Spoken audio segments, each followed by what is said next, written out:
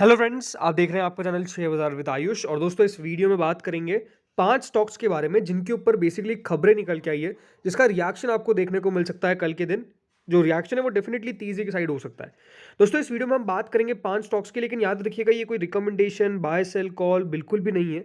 ये जस्ट जो खबर आई है उसके ऊपर हम बात कर रहे हैं। ना ही दोस्तों हम कोई इन्वेस्टमेंट एडवाइजर है, ना ही डेफिनेटली हम स्टॉक टिप्स को प्रमोट करते हैं। तो ये बात ध्यान रखिएगा कि अगर कोई भी आप शेयर बाय कर रहे हैं या फिर सेल कर रहे हैं, तो वो अपनी खुद की रिस्क पर करिएगा या फिर अपने फाइनेंशियल एडवाइजर से कंसल्ट करके करिएगा। होपफुली आपको ये समझ में आया होगा। तो चलिए फर्स्ट स्टॉक से शुरू करते हैं। तो दोस्तों, नाम है इसमें अडानी इंटरप्राइजेस का। अडानी इंटरप्राइजेस ने फ्राइडे के सेशन में भी हम कह सकते हैं कि एक अच्छा मूव दिखाया था। 3.44% स्टॉक चढ़ गया था। बल्कि हम देख सकते हैं कि स्टॉक में जो तेजी आई थी वो आखिरी के कुछ समय के अंदर आई थी। ऐसा क्यों हुआ था? बेसिकली दोस्तों, हियरिंग चल रही थी सुप्रीम कोर्ट के अंदर अडानी ग्रुप को लेकर। अडानी हिंडनबर्ग केस जो था उसको लेकर कह सकते हैं हियरिंग चल रही थी। एंड उस पर जो ऑब्जर्वेशंस निकल के आए सुप्रीम कोर्ट के, ऐसा लगता है कि हम कह सकते हैं अडानी ग्रुप के लिए जो संकट के बादल थे हिंडनबर्ग वाले, वो थोड़े से अब हटते हुए नजर आ रहे हैं। और इसमें सुप्रीम कोर्ट ने कहा क्या है, अगर आप ये खुद पढ़ेंगे तो आपको समझ में आएगा कि सुप्रीम कोर्ट ने कहा है हिंडनबर्ग रिपोर्ट में अडानी समूह के खिलाफ लगे आरोपों की जांच करने वाले जो बाजार के नियामक है सेबी, बेसिकली उन पर संदेह करने की कोई वजह नहीं है। यानी बेसिकली जो खबर थी वो ये थी कि सेबी पे भी आरोप लग रहे हैं कि सेबी बेसिकली अडानी ग्रुप को फेवर कर रही है या फिर सही तरीके से जांच बेसिकली सेबी नहीं कर रही है।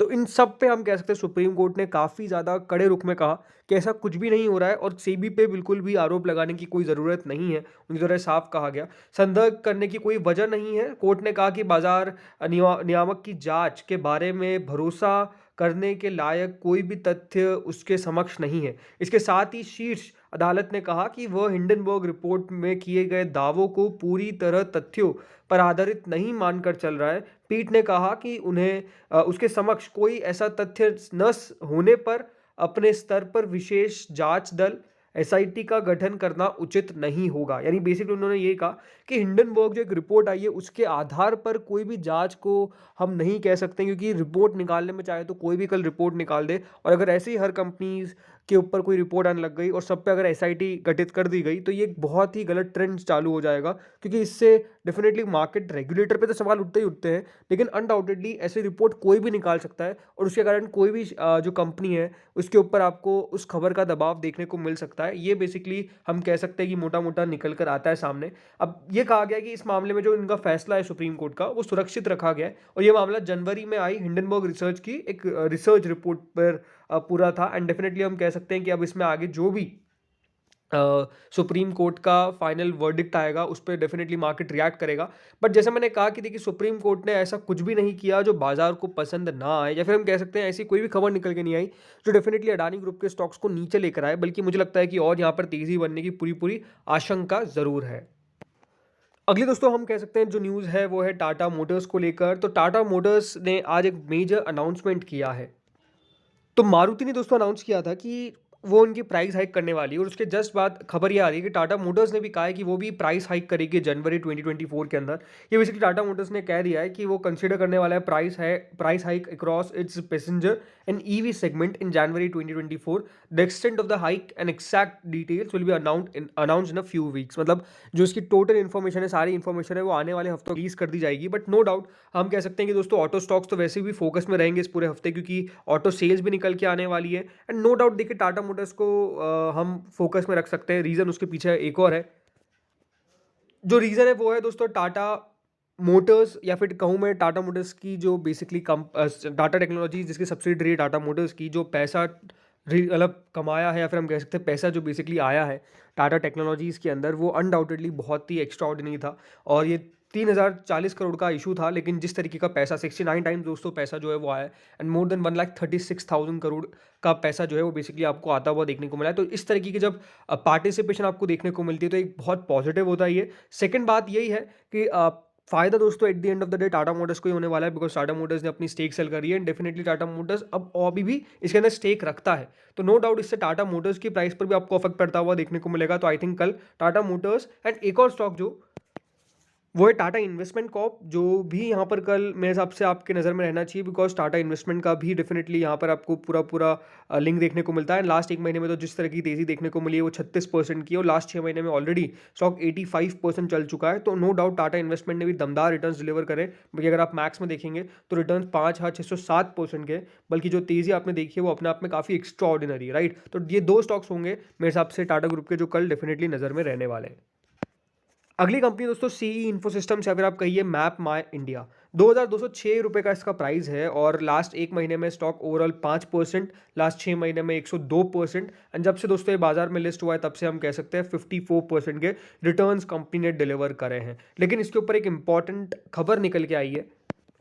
जो खबर है दोस्तों वो ये है कि कंपनी ने अप्रूव कर दिया है क्यूआईपी वर्थ ₹500 करोड़। यानी बेसिकली कंपनी दोस्तों यहाँ पर क्यूआईपी लॉन्च करने वाली है, और उसके जरिए 500 करोड़ रुपए दोस्तों कंपनी रेस करेगी। ये बेसिकली स्पेशल रिजोल्यूशन जो है वो पोस्टल बैलेट के प्रोसेस के थ्रू पास किया गया है। एंड नो डाउट देखिए, जब भी कंपनी कोई ऐसा काम करती है तो इसका मतलब ये है कि डेफिनेटली एक्सपांशन की तरफ कंपनी देख रही है।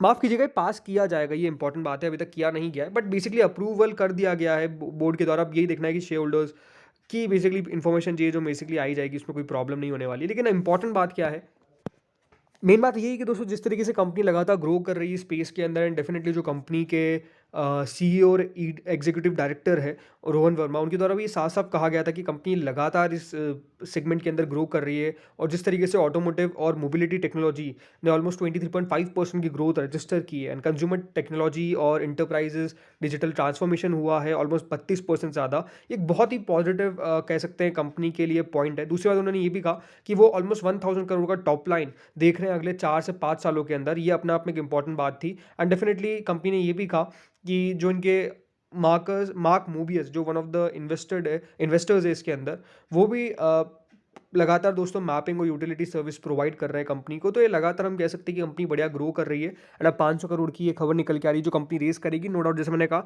ये पैसा कंपनी के अंदर ही जाएगा, कंपनी के एक्सपांशन के ऊपर ही फोकस होगा, या फिर टेक्नोलॉजी ड्रिवन कंपनी बढ़िया करेगी। अगला काउंटर दोस्तों HAL, Hindustan aeronautics limited. Hindustan aeronautics limited भी देखिए, जो फ्राइडे का सेशन था उसमें बहुत ही बढ़िया कारोबार किया। मोर देन 4.82% स्टॉक चलता हुआ नजर आया। एंड डेफिनेटली आपने सुना ही होगा कि अभी प्रधानमंत्री मोदी जी खुद भी देखिए HAL की फैसिलिटी में गए थे, एंड वहाँ पर देखिए उनके द्वारा तेजस में बैठा गया। तो मतलब अनडाउटेडली हम कह सकते हैं फोकस में तो था ही, बट हाँ, उस खबर से स्टॉक चलेगा ऐसा कुछ भी नहीं होने वाला है। लेकिन हम कह सकते हैं कि लगातार जो खबरें निकल के आ रही है, लगातार जो खबरें आ रही है जिसमें ये कहा जा रहा है कि ऑलमोस्ट HAL को 1 लाख करोड़ रुपीस का कॉन्ट्रैक्ट मिल सकता है, और रक्षा कंपनी के शेयर्स भी देखिए इसीलिए भागे थे। तो नो डाउट देखिए लगातार मुझे लगता है कि ये फोकस में रहने वाले हैं। एंड हमेशा देखिए, हमें जो मैं कहता हूँ कि कोई सी भी गवर्नमेंट आ जाए, किसी भी पार्टी की गवर्नमेंट, चीज़ पे जो बिल्कुल कोई भी सरकार कॉम्प्रोमाइज़ नहीं करती है वो है फ्रेंड्स सिक्योरिटी, राइट?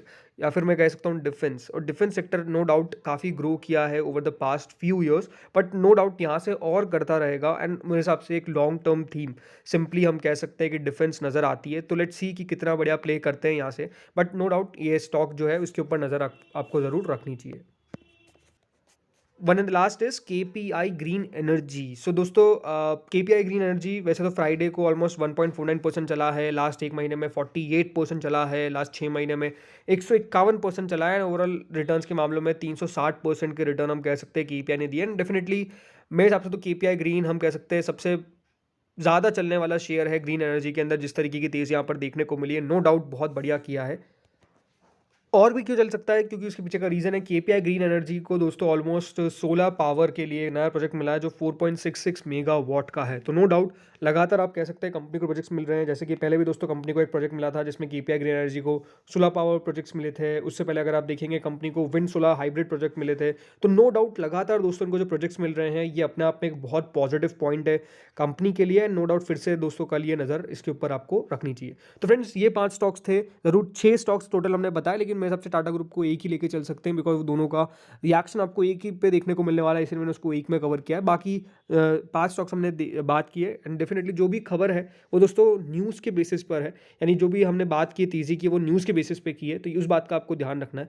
हो सकता है कि देखिए यहाँ पे शुरुआत में चले बाद में पूरी तेज़ी से नीचे आ जाए, तो मैं ये कहूँगा बिल्कुल भी इसको एज अ टिप कृपया करके ना ले। तो फ्रेंड्स इस वीडियो में इतना ही था। Thank you friends for watching this video.